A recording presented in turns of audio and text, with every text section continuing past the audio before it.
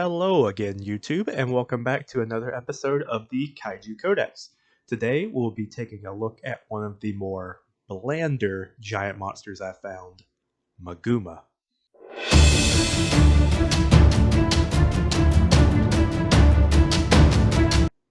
Kaiju Type.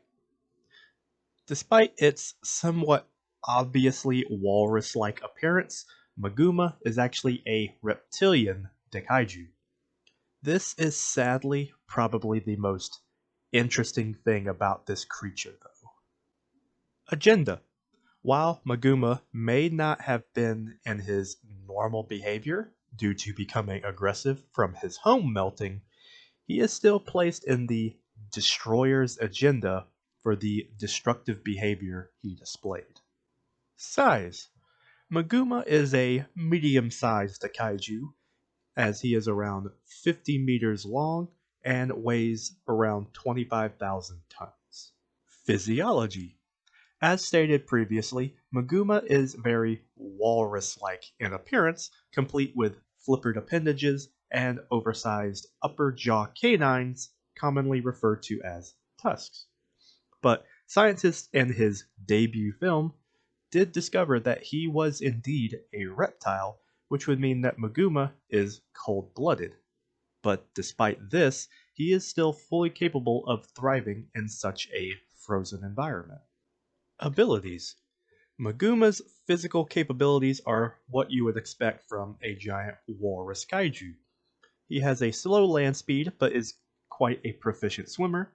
He is capable of delivering damaging blows with his front flippers and large tusks.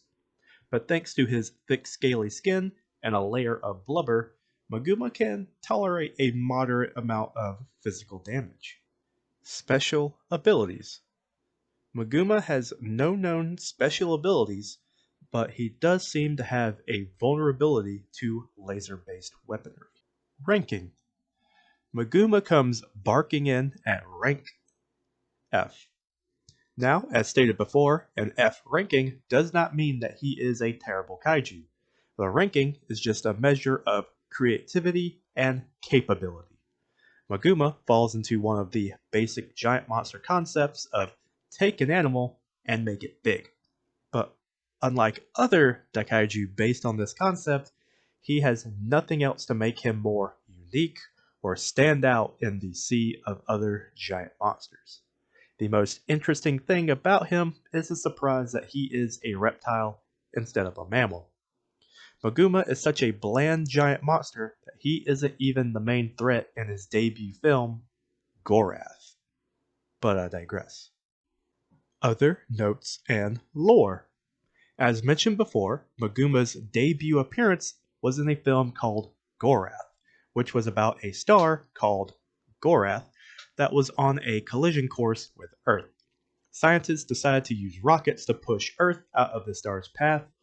Doing so thawed out Maguma when he then attacked the Antarctic base.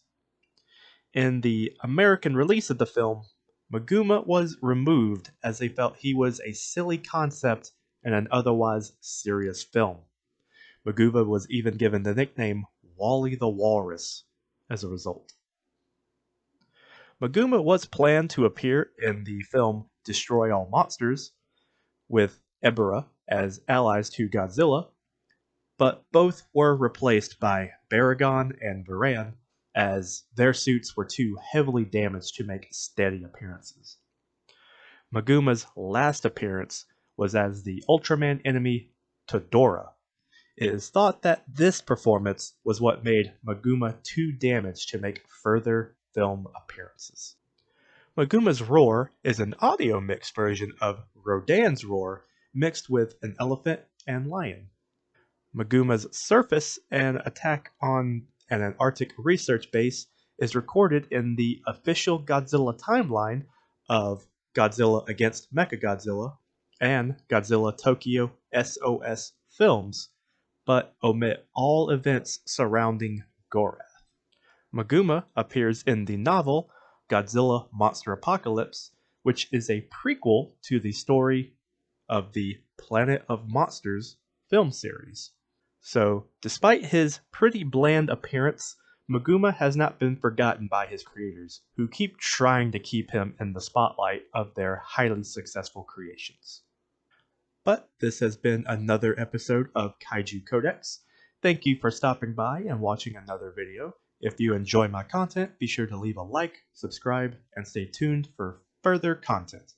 I'll catch you guys in the next one, and as always, see you later.